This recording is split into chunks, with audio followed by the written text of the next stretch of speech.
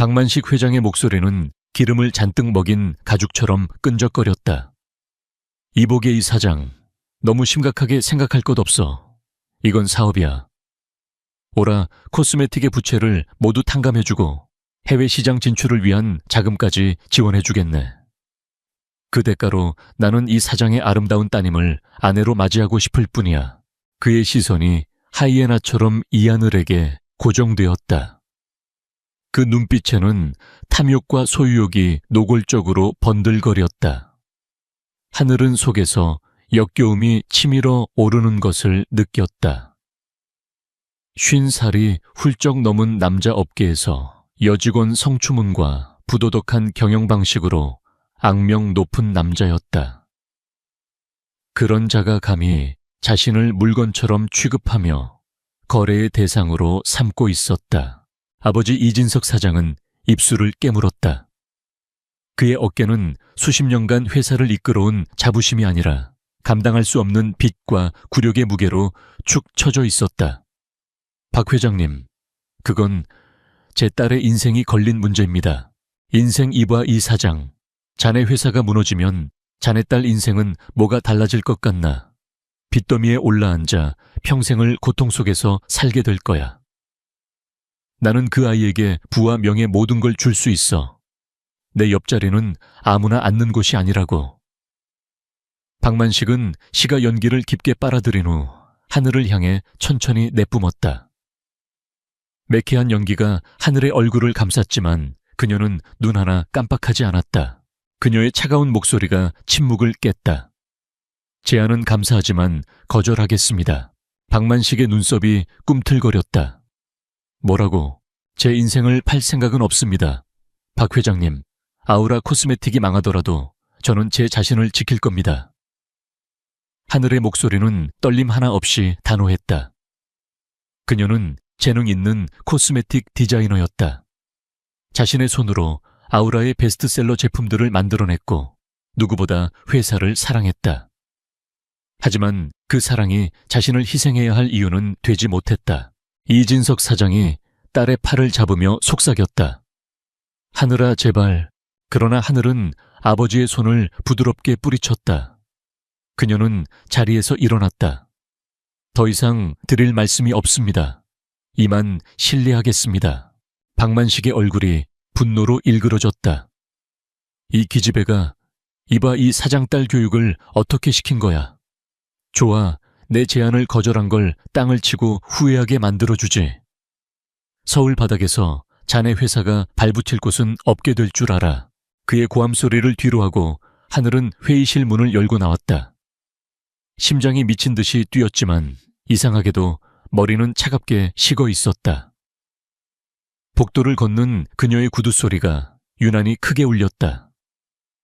건물 밖으로 나오자 차가운 밤 공기가 그녀를 덮쳤다. 방금 전까지의 긴장감이 한꺼번에 몰려와 다리가 후들거렸다. 그녀는 비틀거리며 근처 버스 정류장 의자에 주저앉았다. 아버지를 원망할 수 없었다. 평생을 바친 회사를 지키기 위해 무슨 짓이라도 하고 싶었을 것이다. 하지만 박만식 같은 인간에게 자신을 팔아넘기려는 생각까지 한 아버지에게 깊은 배신감을 느꼈다. 눈물이 핑 돌았지만 울지 않았다. 지금은 울 때가 아니었다. 어떻게든 방법을 찾아야 해. 이대로 무너질 순 없어. 그녀는 스마트폰을 꺼내 연락처를 뒤졌다. 은행 투자사 지인들. 하지만 이미 모두에게 거절당한 후였다. 박만식이 뒤에서 손을 쓴 것이 분명했다. 그는 거대한 거미줄을 쳐놓고 아우라 코스메틱이라는 먹이가 스스로 걸려들기만을 기다리고 있었다. 얼마나 지났을까? 절망감이 온몸을 휘감을 때 그녀는 무작정 일어서서 걷기 시작했다. 화려한 강남의 넌사인이 빗물에 젖은 아스팔트 위에서 어지럽게 번졌다.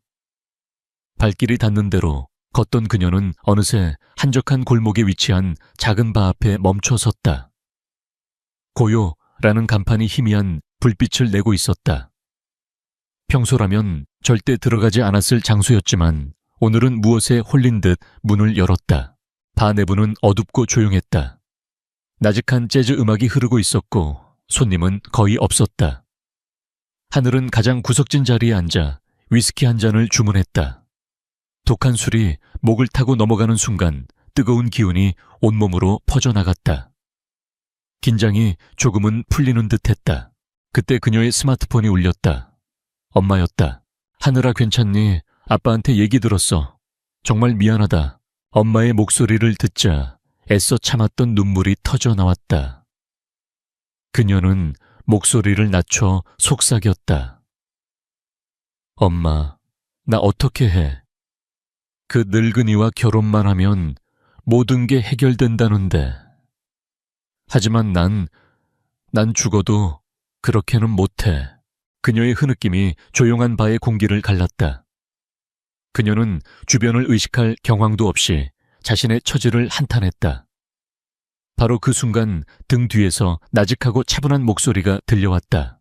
박만식 회장과의 결혼을 피하고 싶다면 나와 결혼하는 건 어떻습니까?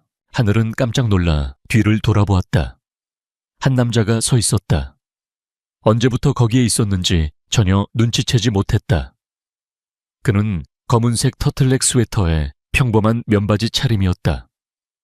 화려하지도 눈에 띄지도 않는 모습이었지만 어둠 속에서도 그의 눈빛은 유난히 깊고 고요했다. 하늘은 당황스러움과 경계심이 뒤섞인 눈으로 그를 쳐다보았다. 누구세요? 제 얘기를 엿들은 건가요? 의도한 건 아니었지만 들렸습니다. 남자는 무례함에 대한 사과 대신 사실만을 담담하게 말했다. 다시 묻겠습니다. 나와 결혼할 생각이 있습니까? 어이가 없었다.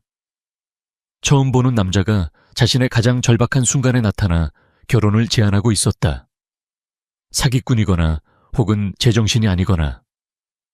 당신이 뭔데 그런 제안을 하죠? 내가 왜 당신과 결혼해야 하죠?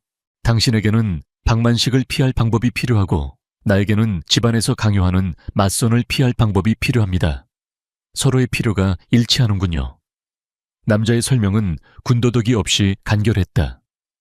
이건 감정이 배제된 철저한 비즈니스 계약입니다. 계약 결혼이라고요. 하늘은 기가 막혔다. 드라마에서나 나올 법한 이야기가 자신의 눈앞에서 펼쳐지고 있었다. 남자는 고개를 끄덕였다. 기간은 1년. 1년 뒤에는 깨끗하게 이혼하는 겁니다. 그동안 나는 당신을 박만식으로부터 보호해주고 당신은 나를 원치 않는 결혼으로부터 자유롭게 해주는 거죠. 물론 계약 조건은 당신에게 불리하지 않게 조정할 수 있습니다. 하늘은 남자를 찬찬히 뜯어보았다. 그의 얼굴에는 어떤 감정도 읽히지 않았다. 거짓말을 하는 것 같지도 농담을 하는 것 같지도 않았다. 오직 냉철한 이성만이 느껴졌다. 이 황당한 제안 속에는 이상한 설득력이 있었다. 박만식과 결혼하는 것은 지옥으로 걸어 들어가는 것과 같았다. 그렇다면 이 낯선 남자와의 계약 결혼은 그것은 안개 속으로 뛰어드는 것과 같았다. 한 치 앞도 보이지 않는 위험한 도박이었다.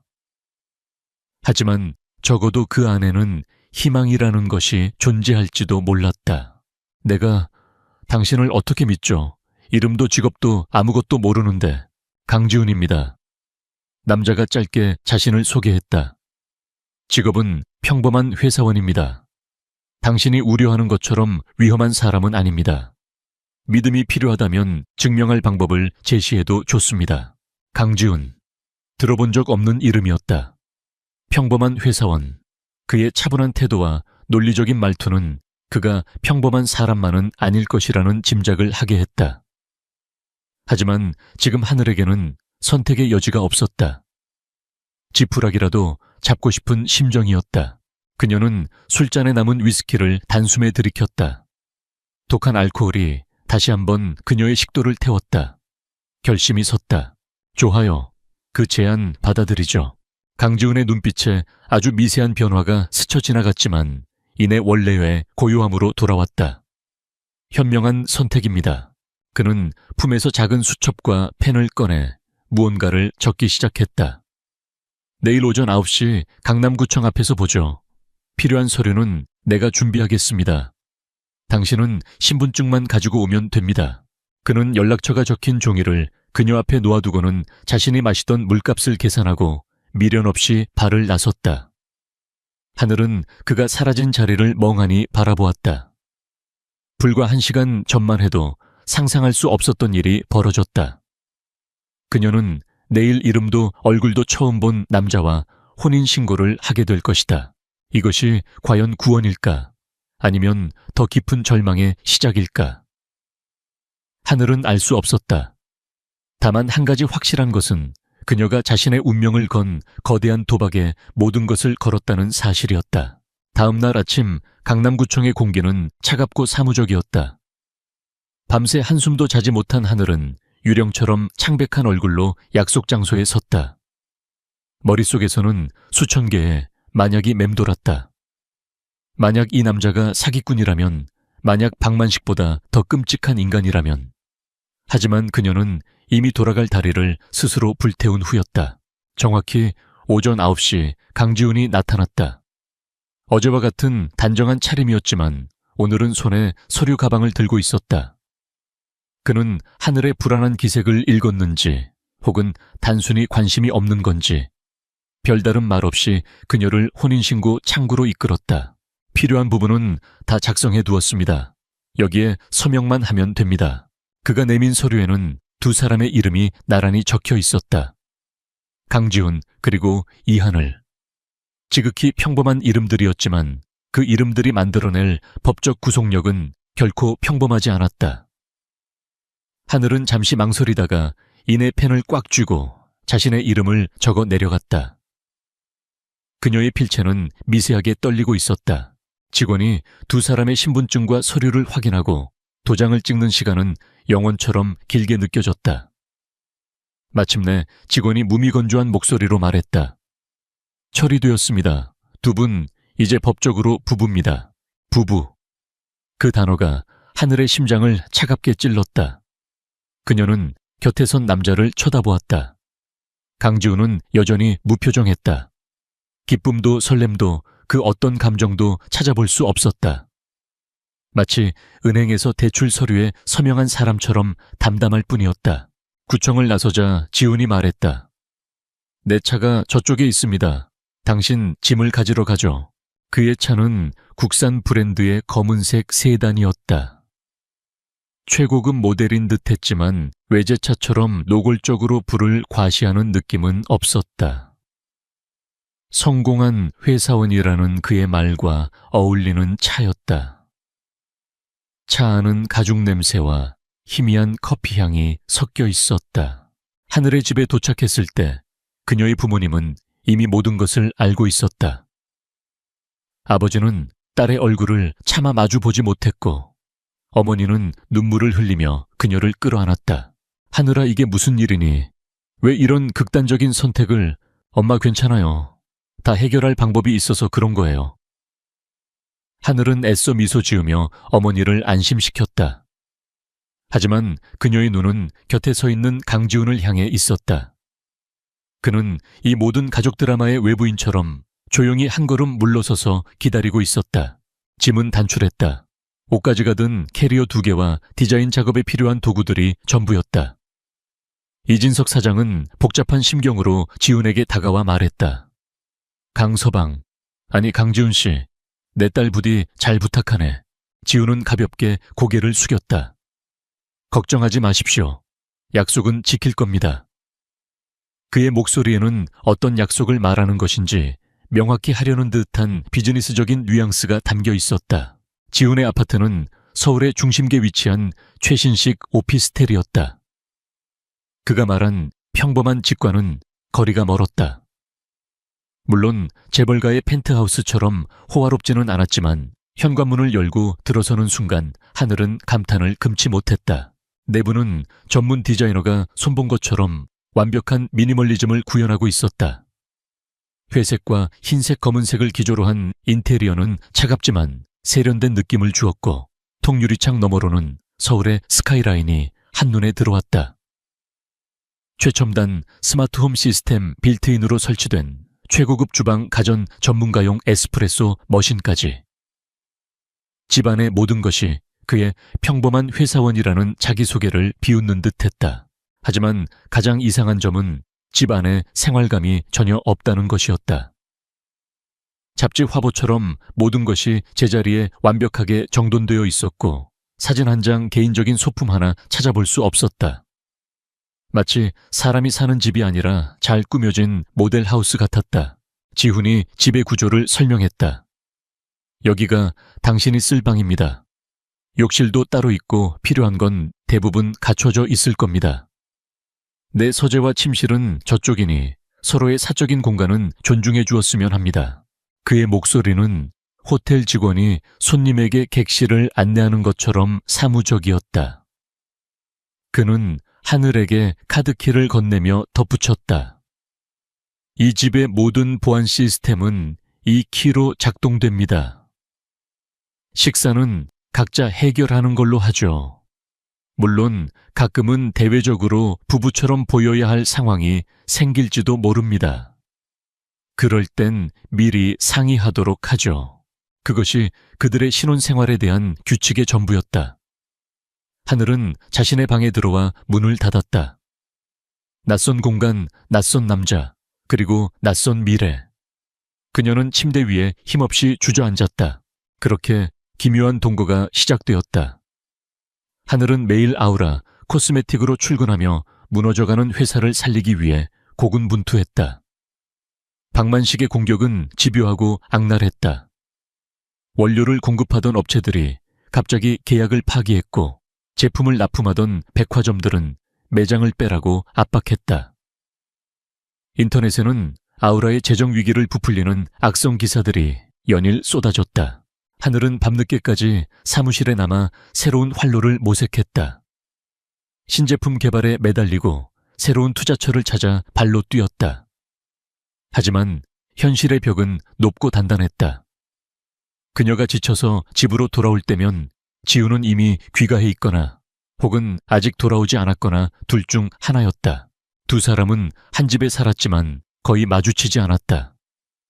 마주치더라도 짧은 인사나 형식적인 대화가 전부였다. 하지만 시간이 흐를수록 하늘은 강지훈이라는 남자에 대한 의문점을 하나씩 발견하기 시작했다. 어느 날 밤 그녀는 거실에서 디자인 시안을 검토하다가 서재에서 새어나오는 지훈의 통화 소리를 우연히 듣게 되었다. 평소의 차분한 통화는 전혀 다른 날카롭고 권위적인 목소리였다. 인수합병 건은 예정대로 진행해. 반대 세력은 신경 쓸 것 없어. 자금은 충분하니 필요하다면 적대적 M&A도 불사해. 포트폴리오 재조정 결과는 내일 아침까지 보고하도록. M&A, 포트폴리오, 적대적 인수합병. 평범한 회사원이 사용하는 단어라고 하기에는 너무나 전문적이었다. 지훈이 서재 문을 열고 나오다 하늘과 눈이 마주치자 그의 얼굴에 찰나의 당혹감이 스쳤다. 그는 곧바로 표정을 갈무리하고 아무렇지 않은 듯 물었다. 아직 안 잤습니까? 네, 일이 좀 남아서요. 하늘은 더 묻지 않았지만 의심의 씨앗은 이미 싹을 틔우고 있었다. 또 다른 날 저녁이었다. 하늘은 회사의 재무제표를 보며 한숨을 쉬고 있었다. 그때 소파에서 신문을 읽던 지훈이 무심하게 말했다. 부채 비율이 너무 높군요.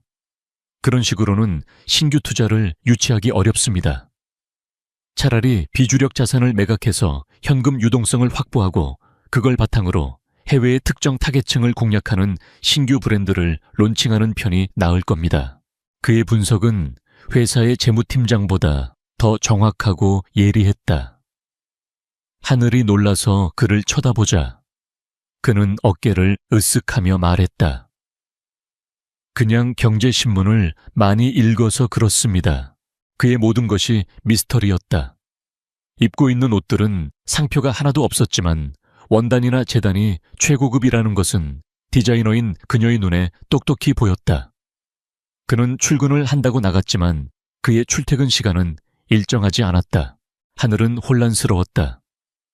이 남자의 정체는 대체 무엇일까 하지만 그 의문을 파고들기에는 회사의 상황이 너무나 위급했다.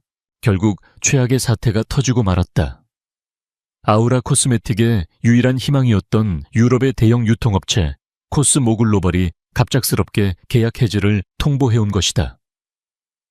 표면적인 이유는 아우라의 재정 불안정이었지만 그 배후에 박만식의 입김이 작용했다는 것은 불보듯 뻔했다. 그 소식을 들은 날 하늘은 망연자실했다. 이제 정말 끝이었다. 그녀가 벌인 위험한 도박은 결국 실패로 끝나는 듯했다. 그날 밤 그녀는 텅 빈 거실에 앉아있는 지훈에게 다가갔다. 목소리는 절망으로 가득 차 있었다. 다 끝났어요. 박 회장이 이겼어요. 지훈은 읽고 있던 책을 내려놓고 그녀를 바라보았다. 그의 고요한 눈동자가 처음으로 세차게 흔들리는 것을 하늘은 보았다. 그 눈빛에는 동정도 연민도 아니었다. 마치 흥미로운 체스 경기를 지켜보는 듯한 혹은 무언가를 계산하는 듯한 복잡한 빛이 담겨 있었다. 그는 잠시 침묵하다가 나직하지만 힘있는 목소리로 말했다. 아직 끝나지 않았습니다. 강지훈의 아직 끝나지 않았습니다라는 말은 공허한 메아리처럼 흩어졌다. 하늘은 그 말을 위로로 받아들일 수 없었다. 현실은 냉혹했고 그녀의 눈앞에서 아우라 코스메틱은 서서히 침몰하고 있었다. 코스모글로벌과의 계약 해지 소식은 금융가의 치명적인 전염병처럼 퍼져나갔다.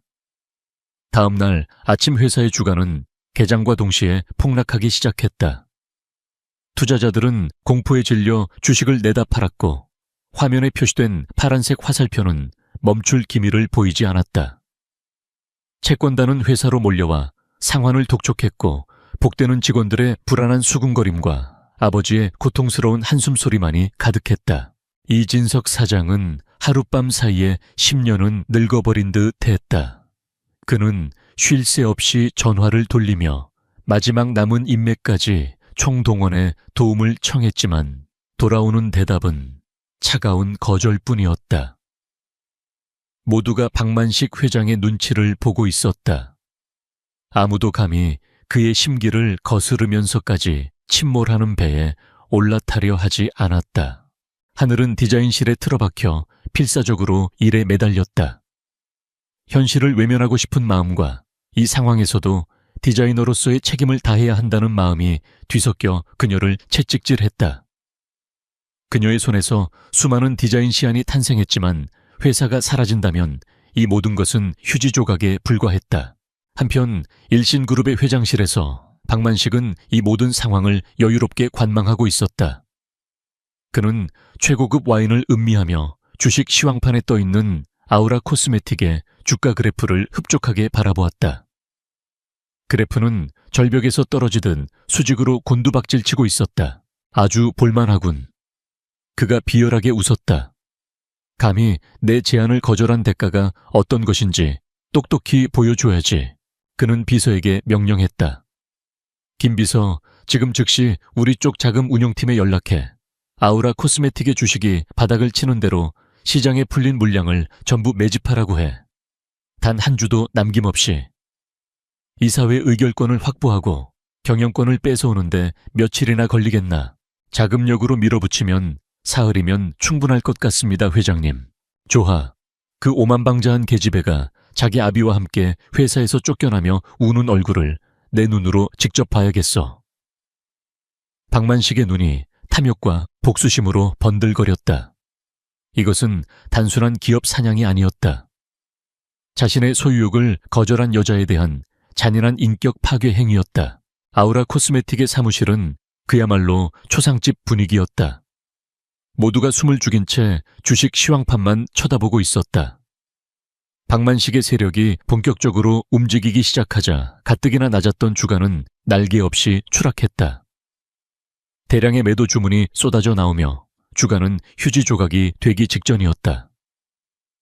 이진석 사장은 두 손으로 얼굴을 감싼 채 괴로워했다. 하늘은 차마 그 광경을 더는 지켜볼 수 없어 눈을 감아버렸다. 모든 것이 끝났다고 생각한 바로 그 순간이었다. 재무팀 직원의 입에서 믿을 수 없다는 듯한 탄성이 터져 나왔다. 저것 좀 보십시오. 하늘이 번쩍 눈을 떴다. 시황판에 믿을 수 없는 광경이 펼쳐지고 있었다. 누군가 엄청난 양의 매수 주문을 쏟아내고 있었다. 그것도 시장가로. 박만식 측에서 내놓는 모든 물량을 거대한 진공청소기처럼 빨아들이고 있었다. 잠깐 사이에 수십만 주, 수백만 주가 거래되었다.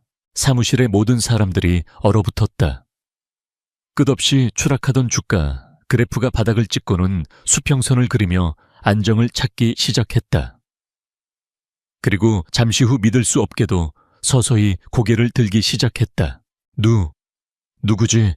대체 누가 이 시점에 우리 주식을 사들이는 거지? 이진석 사장이 떨리는 목소리로 물었다. 곧이어 금융뉴스 속보가 떴다. 속보 정체불명의 투자사 블루스타 캐피탈, 아우라 코스메틱 지분 대량 매입, 적대적 M&A 시도 저지. 블루스타 캐피탈. 생전 처음 들어보는 이름이었다. 국내외를 막론하고 금융업계에서 한 번도 언급된 적 없는 유령 같은 회사였다. 그 정체불명의 투자사가 아우라 코스메틱을 구하기 위해, 그리고 박만식에게 정면으로 맞서기 위해 나타난 것이다. 그날 저녁 하늘은 허탈한 안도감과 주체할 수 없는 의심을 안고 집으로 돌아왔다. 머릿속은 온통 블루스타 캐피탈과 강지훈이라는 이름으로 가득 차 있었다. 평범한 회사원, 경제신문을 많이 읽을 뿐이라는 남자. 하지만 이 모든 기묘한 우연의 중심에 그가 있었다. 그녀가 집에 도착했을 때 지훈은 거실 소파에 앉아 태블릿 PC를 보고 있었다. 평소와 다름없는 모습이었지만 하늘은 더 이상 그를 예전처럼 볼 수 없었다. 그녀는 가방을 내려놓고 그의 앞으로 다가가 단도직입적으로 물었다. 블루스타 캐피탈, 당신이죠? 지훈은 태블릿에서 눈을 떼고 그녀를 올려다보았다. 그의 표정에는 놀라는 기색조차 없었다.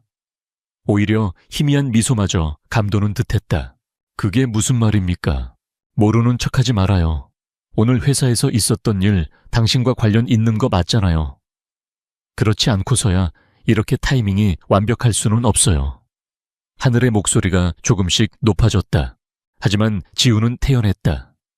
그는 태블릿 화면을 끄고 테이블 위에 내려놓으며 차분하게 말했다. 이하늘 씨, 나는 평범한 회사원입니다. 수백억 원 아니 어쩌면 수천억 원이 움직였을지도 모를 일을 제가 어떻게 할 수 있겠습니까? 하지만 상식적으로 생각해 보십시오. 그건 불가능한 일입니다. 그의 목소리는 너무나 논리적이고 이성적이어서 하늘의 의심이 오히려 비합리적인 망상처럼 느껴지게 만들었다. 아마 이진석 사장님의 오랜 지인 중 한 분이 남몰래 도와주셨거나 혹은 박만식 회장의 경쟁사가 그의 확장을 견제하기 위해 개입했을 수도 있겠죠.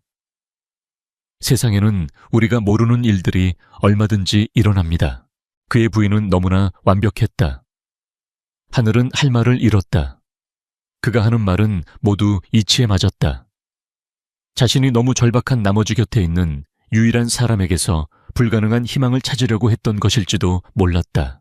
그런가요? 너무 깊게 생각하지 마십시오. 중요한 건 회사가 위기를 넘겼다는 사실이니까. 지훈은 자리에서 일어나 서재로 향하며 말했다. 피곤할 텐데 이만 쉬는 게 좋겠습니다. 하늘은 혼자 거실에 남아 그의 뒷모습을 멍하니 바라보았다. 그의 말이 맞을지도 모른다. 하지만 그녀의 마음속 깊은 곳에서는 직감이 속삭이고 있었다. 저 남자가 무언가를 숨기고 있다고. 아주 거대한 비밀을. 같은 시각 박만식 회장은 자신의 사무실에서 불같이 화를 내고 있었다. 값비싼 크리스탈 잿더리가 바닥에 부딪혀 산산조각 났다.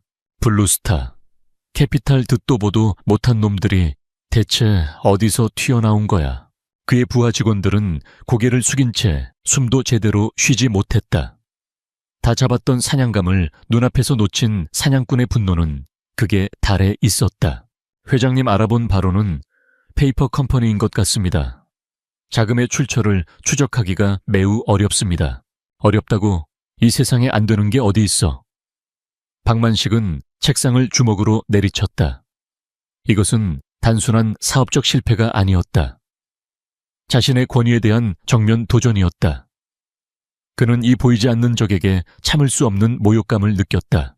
당장 모든 수단을 동원해 블루스타 캐피탈 그놈들이 누구든 뼈까지 샅샅이 파헤쳐 그리고 그의 눈이 번뜩였다. 이한을 그 계집, 갑자기 나타난 그 남편이라는 놈은 대체 뭐하는 놈인지도 알아봐. 평범한 회사원이라고 세상에 이렇게 절묘한 우연은 없어. 그놈의 뒤도 샅샅이 캐내 박만식의 서슬퍼런 명령이 떨어졌다. 아우라 코스메틱을 향했던 그의 칼날은 이제 그 방향을 바꾸어 정체불명의 구원자와 그 구원자의 아내 그리고 그녀의 미스터리한 남편을 향하고 있었다. 폭풍은 잠시 멎은 것이 아니었다. 더 거대한 폭풍을 몰고 오기 위한 전주곡에 불과했다. 블루스타 캐피탈의 등장은 아슬아슬한 평화를 가져왔다. 아우라 코스메틱의 주가는 안정되었고 박만식 회장의 공공연한 공격도 잠시 소강 상태에 들어갔다. 하지만 회사 내부의 불안감은 여전했다. 보이지 않는 구원자의 선의가 언제까지 계속될지 아무도 몰랐기 때문이다. 회사의 홍보팀은 이 위기를 타개하고 투자자들의 신뢰를 회복하기 위한 방안으로 이하늘의 대외 활동을 제안했다. 창업주의 딸이자 회사의 핵심인 크리에이티브 디렉터로서 그녀가 직접 대중 앞에 나서 건재함을 보여줘야 한다는 것이었다. 그리고 그 무대로 대한민국 재계의 거물들이 총출동하는 SBC 재단 자선 갈라만큼 완벽한 곳은 없었다. 하늘은 그 제안이 탐탁지 않았다. 가면을 쓴 사람들이 모여 가식적인 웃음을 나누는 위선의 장. 그곳에 분명 박만식도 있을 터였다. 하지만 그녀는 회사를 위해 개인적인 감정을 누르고 참석을 결정했다. 갈라가 열리는 날 저녁 하늘은 자신의 방에서 외출 준비를 했다. 그녀가 선택한 드레스는 화려하진 않지만 우아하고 지적인 분위기를 풍기는 짙은 남색 실크 드레스였다.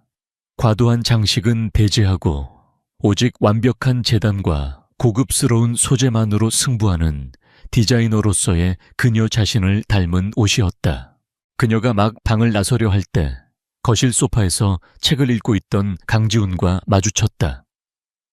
그는 잠시 책에서 눈을 떼고 드레스 차림의 그녀를 조용히 응시했다. 평소의 무심함과는 다른 조금 더 깊은 시선이었다. 잘 어울립니다. 그의 예고 없는 칭찬에 하늘은 순간 당황했다. 그와 함께 산 지 몇 주가 지났지만 이런 사적인 대화는 처음이었다. 고마워요. 일이 있어서 잠시 다녀올게요. SBC 재단 갈라지 않습니까? 그가 무심하게 덧붙였다. 하늘이 놀라 그를 쳐다보았다. 어떻게 알았어요? 오늘 밤 서울의 모든 비즈니스맨들이 향하는 곳이니까. 그는 다시 책으로 시선을 돌리며 말했다. 조심해서 다녀오십시오. 그의 목소리는 평소처럼 차분했지만 하늘은 그 안에 담긴 미묘한 경고의 뉘앙스를 느꼈다. 하지만 그녀는 애써 그 느낌을 떨쳐내고 집을 나섰다. 갈라가 열리는 호텔 연회장은 그야말로 부와 권력의 결정체였다. 거대한 샹들리에가 쏟아내는 눈부신 빛 아래 최고급 정장과 드레스를 차려입은 사람들이 샴페인 잔을 부딪히며 서로의 안부를 묻고 있었다. 하늘은 이질감에 숨이 막힐 것 같았다. 그녀는 심호흡을 하고 아우라 코스메틱의 이하늘이라는 가면을 쓴 채 사람들 속으로 걸어 들어갔다. 그녀의 등장은 예상대로 사람들의 이목을 집중시켰다. 어떤 이들은 동정 어린 시선을 보냈고 박만식의 편에 선 다른 이들은 노골적인 경멸의 눈빛을 보냈다. 하늘은 그 모든 시선을 애써 무시하며 회사의 잠재적 파트너가 될 만한 이들에게 다가가 명함을 건네고 대화를 나눴다. 하지만 평화는 길지 않았다. 그녀가 잠시 혼자 서서 샴페인을 마시고 있을 때 먹이를 발견한 늙은 늑대처럼 박만식이 다가왔다. 그의 주변에는 그에게 아부하는 몇몇 기업 총수들이 함께였다. 이게 누구야 이하늘 양 아니신가 이런데도 다 오고 말이야. 박만식의 목소리는 끈적한 꿀 속에 독을 숨긴 듯 했다.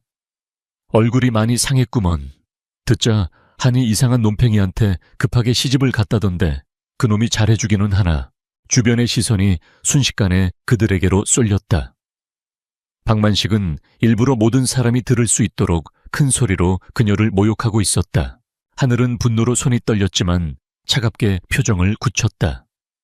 제 결혼 생활까지 신경 써주시니 회장님께서 참 한가하신가 봅니다. 하하하, 한가하다니. 나는 자네가 걱정돼서 하는 말이야. 어디서 굴러먹던 놈인지도 모를 놈이랑 결혼해서 고생하는 것보다는 내 옆에서 호요식하는 게 100배 1000배는 나았을 텐데 말이지. 그 정체불명의 블루스타인가 뭔가 하는 놈들도 곧 자금줄이 마를걸. 그때 가서 울고불고 매달려도 소용없어. 그의 저속한 말에 주변에서 킬킬거리는 웃음소리가 터져나왔다. 하늘은 완벽하게 고립되었다. 그녀는 궁지에 몰린 짐승처럼 날카롭게 그를 쏘아보았지만 그가 휘두르는 권력과 조롱 앞에서 그녀가 할 수 있는 것은 아무것도 없었다. 박만식이 그녀에게 한 걸음 더 다가서며 결정타를 날리려는 순간이었다. 연 회장의 웅성거림이 거짓말처럼 멎었다. 음악 소리마저 잦아드는 듯했다. 모든 사람들의 시선이 연 회장 입구 한 곳으로 쏠리고 있었다. 그곳에는 한 무리의 남자들이 서 있었다. 그리고 그 중심에는 한치의 오차도 없이 완벽하게 재단된 턱시도를 입은 강지훈이 있었다. 그는 더 이상 하늘이 알던 평범한 회사원 강지훈이 아니었다. 그의 주변에는 눈에 보이지 않는 강력한 아우라가 형성되어 연 회장 안의 모든 거물들을 순식간에 압도했다. 그는 아무 말도 하지 않았지만 그의 존재감만으로도 공기의 흐름이 바뀌고 있었다. 사람들 사이에서 경악과 경외가 뒤섞인 속삭임이 터져 나왔다. 쟤요, 저 사람은 진성그룹의 강지훈 회장. 설마 언론에 한 번도 얼굴을 비춘 적 없다는 그 그림자 회장이 진성그룹이라면 대한민국 경제를 뒤에서 움직인다는 바로 그곳 진성그룹. 박만식의 일신그룹 따위와는 비교조차 할 수 없는 재계의 정점에 군림하는 거대한 투자 제국. 그리고 그 제국의 주인이자 철저하게 베일에 쌓여있던 전설적인 인물이 바로 강지훈이었다. 지훈은 사람들의 경탄 어린 시선을 받으며 마치 홍해가 갈라지듯 갈라지는 인파 속을 뚫고 똑바로 하늘과 박만식을 향해 걸어왔다. 그의 얼굴은 얼음처럼 차가웠다. 그는 하늘을 모욕하던 박만식을 투명 인간 취급했다. 대신 그는 하늘의 바로 앞에 멈춰 섰다. 그리고는 다정한 손길로 그녀의 헝클어진 머리카락 한 올을 부드럽게 넘겨주었다. 그의 목소리는 나직했지만 이상할 정도로 연 회장 전체에 선명하게 울려 퍼졌다. 기다리게 해서 미안합니다, 여보. 여보. 그 한마디가 연 회장의 폭탄처럼 터졌다. 이어서 지훈은 얼음장 같은 시선으로 이제야 겨우 고개를 돌려 굳어버린 박만식을 쳐다보았다. 연 회장의 모든 온도가 순식간에 몇 도는 내려가는 듯 했다. 박만식 회장, 내 아내에게 무슨 볼일이라도. 그 순간 박만식의 얼굴에서 핏기가 사라졌다. 그의 눈은 공포와 불신으로 거대하게 뜨여 있었다. 자신이 그토록 무시하고 짓밟으려 했던 이상한 놈팽이. 이 하늘의 미스터리한 남편이 바로 자신이 감히 쳐다볼 수도 없는 하늘 위의 존재 진성그룹의 강지훈 회장이었다는 사실을 깨달은 것이다. 하늘 역시 마찬가지였다. 그녀는 자신의 눈앞에서 벌어지는 이 비현실적인 광경을 믿을 수 없다는 듯 충격과 혼란에 빠진 눈으로 자신을 아내라고 부른 남자 강지훈을 바라보고 있었다. 연 회장의 시간은 얼어붙은 듯 했다. 수백 명의 사람들이 숨을 죽인 채 대한민국의 밤을 지배하는 두 남자와 그 사이에 선 한 여자를 바라보고 있었다. 한 명은 공포로 하얗게 질려 있었고 다른 한 명은 얼음 같은 분노를 내뿜고 있었다. 박만식은 사냥꾼 앞에서 발가벗겨진 사냥감처럼 벌벌 떨었다. 그는 간신히 허리를 굽혀 꼴사납게 사과를 중걸거렸다. 죄송합니다, 강 회장님. 저는 두 분의 관계를 전혀 몰랐습니다. 크나큰 실수를. 강지훈은 대답할 가치도 없다는 듯 그에게서 시선을 거두었다. 그 싸늘한 무시가 박만식에게는 그 어떤 질책보다 더 큰 모욕이자 공포였다. 지우는 충격으로 굳어있는 하늘의 어깨를 부드럽게 감쌌다. 갑시다. 그는 경외와 두려움이 뒤섞인 사람들의 시선을 가르며 하늘을 데리고 연회장을 빠져나왔다. 호텔 로비를 지나 주차장으로 가는 내내 두 사람 사이에는 침묵만이 흘렀다. 하지만 그 침묵 속에는 수만 개의 질문과 감정들이 폭풍처럼 휘몰아치고 있었다. 채 올라타자마자 하늘은 더 이상 참을 수 없다는 듯 입을 열었다. 그러나 목소리는 나오지 않고 입술만 파르르 떨렸다. 지훈이 운전하는 내내 그녀는 창밖의 야경을 바라보며 머릿속을 정리하려 애썼다. 평범한 회사원 계약, 결혼 블루스타 캐피탈, 그리고 진성그룹의 회장. 흩어져 있던 퍼즐 조각들이 하나의 거대한 그림으로 맞춰지면서 그녀는 자신이 거대한 기만극의 주인공이었다는 사실을 깨달았다. 아파트에 도착하자마자 문이 닫히는 소리와 함께 하늘에 억눌렸던 감정이 폭발했다. 진성그룹 회장, 평범한 회사원이라면서요. 그녀의 목소리는 분노와 배신감으로 격렬하게 떨리고 있었다. 대체 언제까지 날 속일 생각이었어요?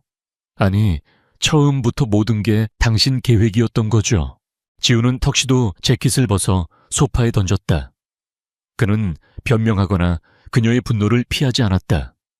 그저 묵묵히 그녀의 모든 말을 받아내고 있었다. 블루스타 캐피탈도 당신이었군요. 내 절망, 우리 가족의 고통, 그 모든 걸 뒤에서 지켜보면서 즐기고 있었던 건가요? 꼭 그렇게까지 해야 했어요. 하늘의 눈에 눈물이 고였다. 구원받았다는 안도감보다 철저히 농락당했다는 치욕감이 더 컸다. 날 구한 게 아니라 당신의 거대한 게임에 나를 체스말로 이용한 거잖아요. 그녀의 격한 비난이 끝나자 지훈이 마침내 입을 열었다. 그의 목소리는 낮고 차분했지만 그 안에는 깊은 피로감이 섞여 있었다. 속일 생각은 없었습니다. 다만 말할 수 없었을 뿐입니다. 말할 수 없었다고요.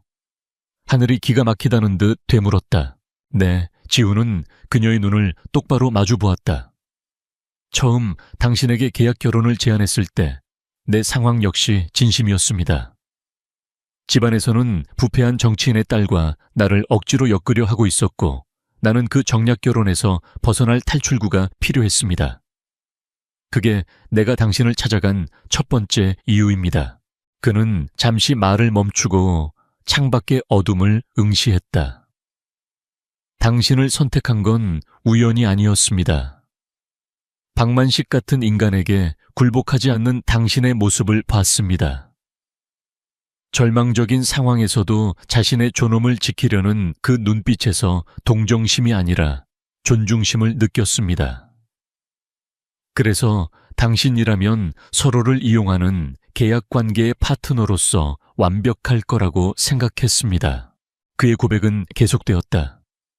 블루스타 캐피탈을 움직인 건 계약의 일부가 아니었습니다. 그건 내 독단적인 결정이었습니다. 박만식이 당신과 당신의 회사를 무너뜨리는 것을 더 이상 지켜볼 수만은 없었으니까. 하늘의 분노가 조금씩 누그러들고 그 자리를 혼란이 채웠다. 왜요? 계약일 뿐이라면서요. 우리 회사가 망하든 말든 당신과는 상관없는 일이잖아요. 바로 그 순간 지훈의 철벽 같던 표정에 처음으로 균열이 일어났다. 그의 눈빛이 복잡하게 흔들렸다. 처음에는 계약일 뿐이었습니다. 하지만 당신이 회사를 위해 싸우는 모습을, 밤을 새워가며 디자인에 몰두하는 모습을, 힘든 상황에서도 결코 꺾이지 않는 모습을 지켜보면서 나도 모르게 감정이 생기기 시작했습니다. 이건 계약서에 없던 내 실수입니다. 그의 고백은 열정적인 사랑 고백은 아니었지만 그 어떤 말보다 더 진솔하게 하늘의 마음에 파고들었다. 그는 자신의 감정을 실수라고 표현했다. 계획과 통제 속에서만 살아왔을 남자가 처음으로 겪는 예측 불가능한 변수. 그것이 바로 이한을 그녀 자신이었다. 두 사람 사이에는 길고 무거운 침묵이 흘렀다. 하늘은 여전히 상처받았고 혼란스러웠지만 이제는 그를 무작정 비난할 수만은 없었다. 그 역시 자신만의 감옥에 갇혀 있었음을 어렴풋이 짐작할 수 있었기 때문이다. 그날 밤 이후 세상은 뒤집혔다. 진성그룹 그림자 회장 아우라 코스메틱 후계자와 극비 결혼이라는 헤드라인이 모든 언론을 도배했다. 아우라 코스메틱의 주가는 연일 상한가를 기록하며 역사상 최고점을 찍었다. 세상의 모든 동정과 멸시는 이제 부러움과 경애로 바뀌어 있었다. 하지만 폭풍의 눈은 다른 곳에서 조용히 그러나 더 격렬하게 형성되고 있었다. 박만식은 자신의 펜트하우스에서 미친 사람처럼 물건을 부수고 있었다. 그는 굴욕감과 분노 그리고 희미한 공포에 사로잡혀 있었다. 진성그룹, 감히 자신이 맞설 수 있는 상대가 아니었다. 하지만 이대로 물러서는 것은 그의 자존심이 허락하지 않았다. 강지훈은 그를 전 국민 앞에서 조롱거리로 만들었다. 이건 복수해야만 했다. 강지훈, 내 놈이 감히 나를 능멸해. 그의 두려움은 곧 광기 어린 분노로 변했다. 그는 자신의 가장 은밀하고 잔인한 신복들을 긴급 소집했다. 진성을 정면으로 공격하는 건 자살 행위다. 박만식이 으르렁거렸다. 하지만 저놈의 아킬레스건을 공격할 수는 있지. 바로 이하늘 그리고 아우라 코스메틱이다. 그는 새로운 전쟁을 선포했다. 더 이상 주가를 이용한 전공법이 아니었다. 훨씬 더 비열하고 더러운 방식의 전쟁이었다. 아우라 제품에 치명적인 유해물질이 들어있다는 루머를 퍼뜨려 내부 연구원 몇 놈을 돈으로 매수해서 거짓 증언을 하게 만들어 식약처 공무원에게 뇌물을 먹여서라도 공식적인 조사가 들어가게 해 언론을 이용해서 아우라를 소비자의 건강을 위협하는 악덕 기업으로 만들어버려. 강지훈이 아무리 대단해도 아내가 만든 화장품이 독극물이라는 오명을 쓰게 되면 속수무책일 거다. 이것은 더 이상 비즈니스가 아니었다. 한 남자의 자존심을 건 모든 것을 파괴하려는 개인적인 원한이었다. 그날 밤 하늘과 지훈은 나란히 거실 소파에 앉아 뉴스를 보고 있었다. 어색한 평화가 두 사람 사이에 감돌았다. 그때 긴급 속보가 화면에 떴다. 속보 유명 화장품 기업 아우라 주력 제품에서 기준치 초과하는 유해물질 검출 논란. 앵커의 목소리가 날카롭게 두 사람의 귀에 박혔다. 이제 막 시작된 익명의 제보. 하지만 그것이 박만식이 쏘아올린 첫 번째 신호탄임을 두 사람은 직감했다. 하늘의 얼굴이 하얗게 굳었다. 지훈의 표정 역시 싸늘하게 가라앉았다. 그들의 짧았던 감정적 교류는 끝났다. 지훈이 나직하게 말했다. 그의 목소리에는 이제 막 시작된 거대한 전쟁을 직감한 지휘관의 냉철함이 서려 있었다. 전쟁이 시작됐군요. 박만식의 공격은 예상보다 훨씬 더 교묘하고 잔인했다. 단순한 루머가 아니었다.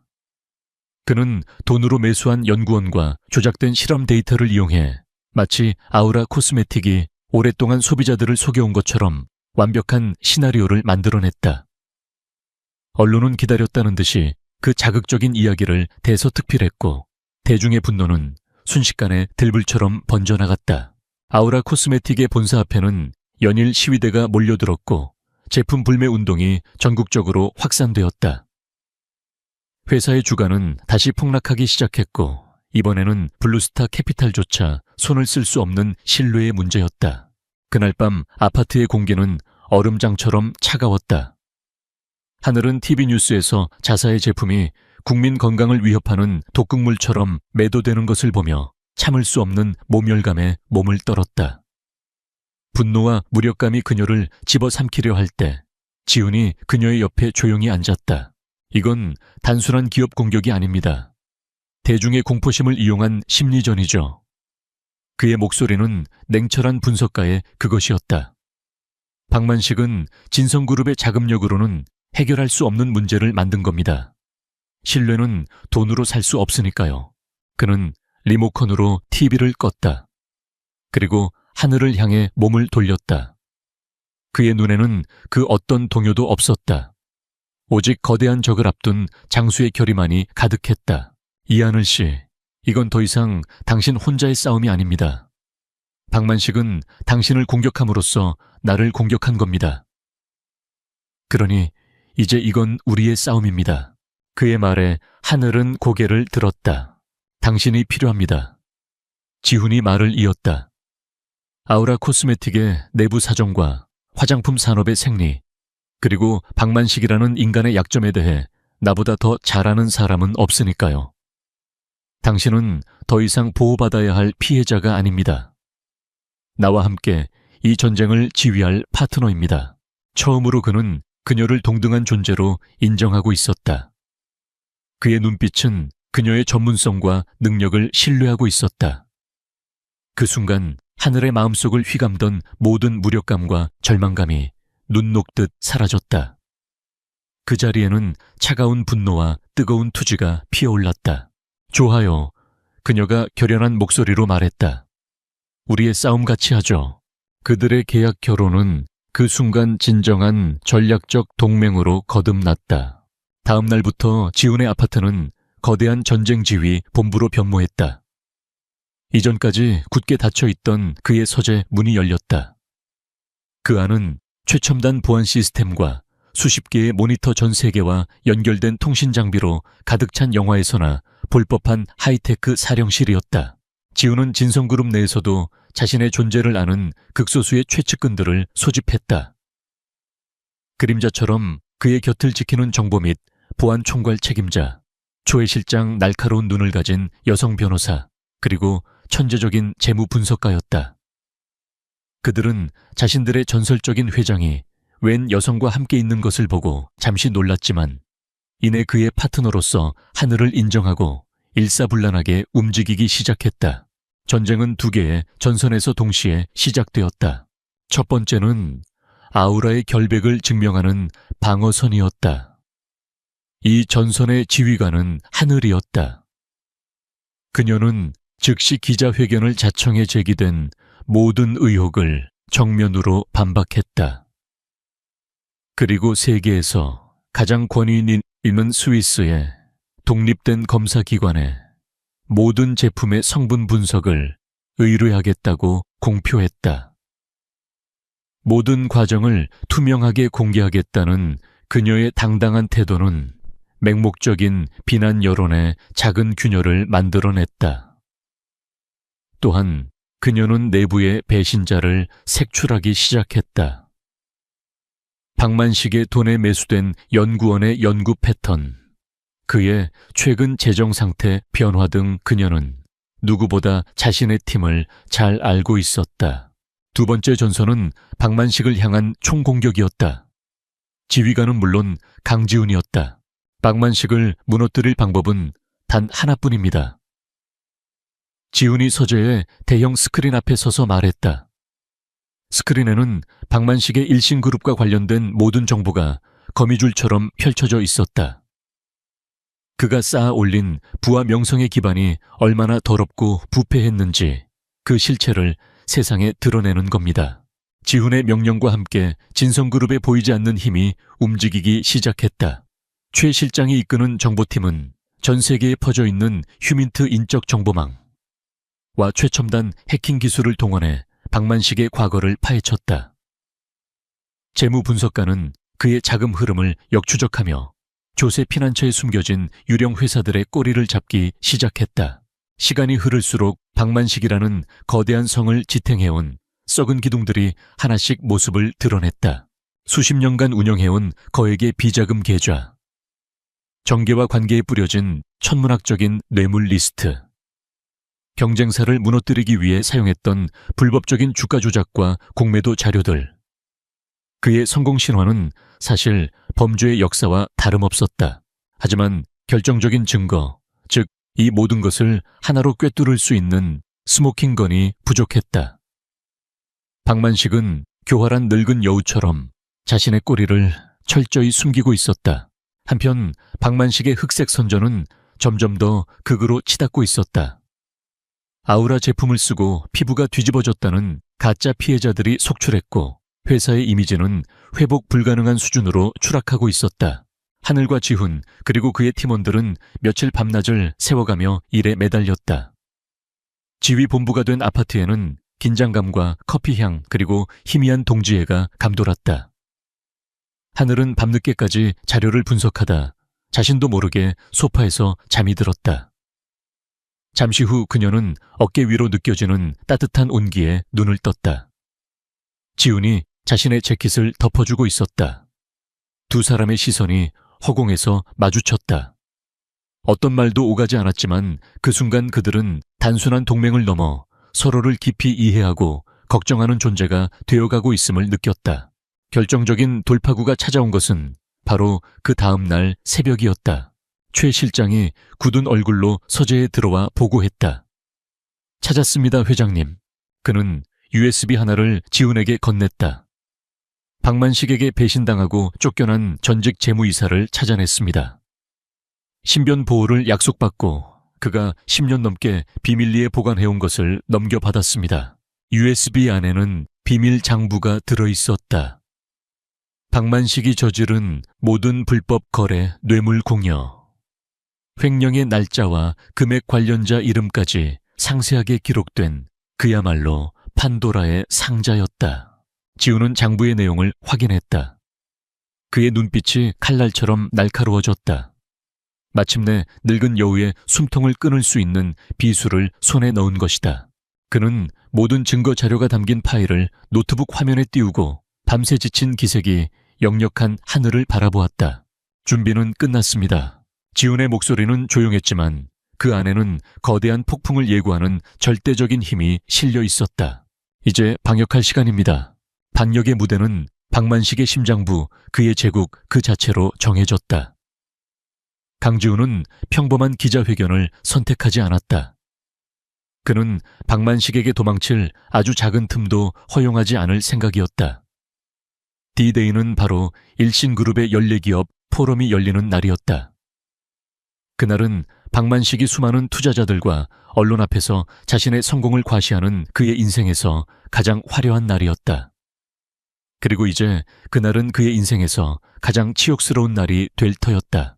포럼이 열리는 호텔 연회장으로 향하기 전 지훈은 마지막으로 모든 준비를 점검했다.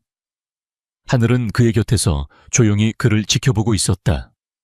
지난 며칠간 두 사람은 전쟁을 함께 치르는 동지였고 이제 마지막 전투를 앞두고 있었다. 긴장됩니까? 지훈이 물었다. 아니요. 하늘은 고개를 저었다. 이상할 정도로 마음은 차분했다. 당신과 함께니까요. 그 말에 지훈의 입가에 희미한 미소가 번졌다. 그는 손을 뻗어 하늘의 뺨을 부드럽게 감쌌다. 그의 손길은 따뜻하고 든든했다. 오늘 이후로 모든 것이 끝날 겁니다. 그리고 새로운 시작이 될 겁니다. 일신그룹의 기업 포럼은 성대하게 시작되었다. 박만식은 무대 중앙에 서서 자신감 넘치는 목소리로 일신그룹의 화이황한 성과와 미래 비전을 발표하고 있었다. 그는 연설 중간에 최근 사회적 물의를 일으킨 비양심적인 화장품 기업을 은근히 비난하며 아우라 코스메틱에 대한 마지막 공격까지 잊지 않았다. 바로 그 순간이었다. 연회장의 모든 조명이 일순간에 꺼지고 무대 뒤편에 거대한 스크린만이 환하게 빛을 발했다. 방금 전까지 일신그룹의 로고가 떠있던 스크린은 새하얀 화면으로 바뀌어 있었다. 장내는 술렁이기 시작했다. 무대 위에 박만식은 당황하여 소리쳤다. 이게 무슨 짓이야. 당장 기술팀 불러. 그때 연회장 뒤편의 문이 열리고 강지훈과 이하늘이 나란히 들어섰다. 모든 사람의 시선이 그들에게로 향했다. 지훈의 목소리가 연회장의 스피커를 통해 장엄하게 울려 퍼졌다. 그의 팀이 이미 방송 시스템을 장악한 후였다. 박만식 회장, 당신의 화려한 쇼는 이제 끝났습니다. 박만식이 경악과 분노가 뒤섞인 얼굴로 그들을 쏘아보았다. 스크린이 다시 바뀌었다. 화면에 나타난 것은 복잡한 자금 흐름도였다. 조세 피난처에 설립된 수십 개의 유령 회사를 통해 돈이 세탁되는 과정이 적나라하게 펼쳐졌다. 연회장에 앉아있던 금융 전문가들의 입에서 탄식이 터져 나왔다. 다음 화면에는 박만식의 목소리가 담긴 녹취 파일이 재생되었다. 김 의원, 이번 국정감사만 잘 막아주시면 제가 두둑이 챙겨드리겠습니다. 그의 추악한 목소리가 연 회장을 가득 메웠다. 분노한 박만식이 무대 아래로 뛰어 내려가려 할 때 스크린에 한 남자의 얼굴이 나타났다. 그의 전직 재무이사였다. 그는 영상 속에서 박만식이 수십 년간 저질러온 횡령 탈세, 뇌물 공여의 역사가 담긴 비밀 장부를 직접 보여주며 모든 범죄 사실을 증언했다. 마지막으로 마이크를 잡은 것은 하늘이었다. 그녀는 더 이상 박만식의 피해자가 아니었다. 그녀는 그동안 박만식의 탐욕 아래 무너져간 수많은 중소기업들을 대변하는 목소리였다. 기업의 가치는 숫자에만 있는 것이 아닙니다. 정직과 신뢰, 그리고 소비자를 향한 책임감에 있습니다. 박만식 회장 당신은 오늘 돈으로 쌓아 올린 당신의 성이 얼마나 허무하게 무너지는지 똑똑히 보게 될 것입니다. 그녀의 연설이 끝나자 박만식이 미친 사람처럼 발악했다. 경비원 저것들 당장 끌어내. 저건 다 조작이야. 거짓말이라고. 하지만 그의 외침은 공허했다. 연 회장 뒤편의 문이 다시 열리고 이번에는 서울중앙지검 특수부 검사들이 굳은 얼굴로 걸어 들어왔다. 그들의 손에는 차가운 금속빛의 체포영장이 들려 있었다. 검사들은 망연자실한 채 서 있는 박만식에게 다가가 영장을 제시했다. 수십 년간 법 위에 군림해온 황제의 시대가 막을 내리는 순간이었다. 수많은 카메라 플래시 속에서 그는 힘없이 수갑을 차고 끌려나갔다. 그의 거대한 제국은 생중계 카메라 앞에서 단 몇 분 만에 먼지처럼 허물어졌다. 몇 주 후 세상은 완전히 달라져 있었다. 박만식은 구속된 채 재판을 기다리고 있었고 그의 범죄 사실이 연일 언론에 폭로되면서 일신그룹은 해체 위기에 놓였다. 반면 아우라 코스메틱은 스위스 검사기관으로부터 전 제품 무해 판정을 받았고 진실이 밝혀지면서 대중의 응원과 지지 속에 제2의 전성기를 맞이하고 있었다. 진성그룹은 공식적으로 아우라 코스메틱과의 전략적 파트너십을 발표하며 두 회사의 밝은 미래를 약속했다. 폭풍이 지나간 아파트는 고요하고 평화로웠다. 하늘과 지우는 예전처럼 소파에 나란히 앉아 있었다. 더 이상 전쟁을 치르는 동지가 아닌 함께 폭풍을 이겨낸 두 사람으로서 그때 지훈이 서류 한 장을 꺼내 테이블 위에 올려놓았다. 빛바랜 종이에는 혼인계약서라고 적혀 있었다. 이건 이제 필요 없을 것 같습니다. 그는 서재에서 작은 문서 3당이를 가져왔다. 하늘은 그의 의도를 알아차리고 희미하게 미소 지었다. 두 사람은 함께 계약서 종이를 3당이에 밀어 넣었다. 위잉 소리와 함께 그들의 불안했던 시작을 상징하던 계약서는 가느다란 종이 조각이 되어 사라졌다. 법적으로는 부부였지만 감정적으로는 정의되지 않았던 그들의 관계를 묶어주던 마지막 끈이 사라진 순간이었다. 지훈이 하늘을 향해 몸을 돌렸다. 그의 목소리에서는 진성그룹 회장의 권위가 아닌 한 남자로서의 진심만이 묻어나왔다. 이하늘 씨, 계약은 끝났지만 나는 당신과 계속 함께하고 싶습니다. 회장 강지훈이 아니라 남자 강지훈으로서. 그의 고백에 하늘의 심장이 따뜻하게 차올랐다. 그녀는 수줍지만 진심 어린 미소로 화답했다. 나도 지훈 씨와 함께하고 싶어요. 그녀가 처음으로 그의 이름을 직함없이 불렀다. 지훈은 조심스럽게 그녀의 손을 잡았다. 뜨거운 키스나 열정적인 포옹은 없었다. 하지만 서로의 손을 마주잡은 그 고요한 순간 두 사람은 그 어떤 연인보다 더 깊은 유대감을 느꼈다.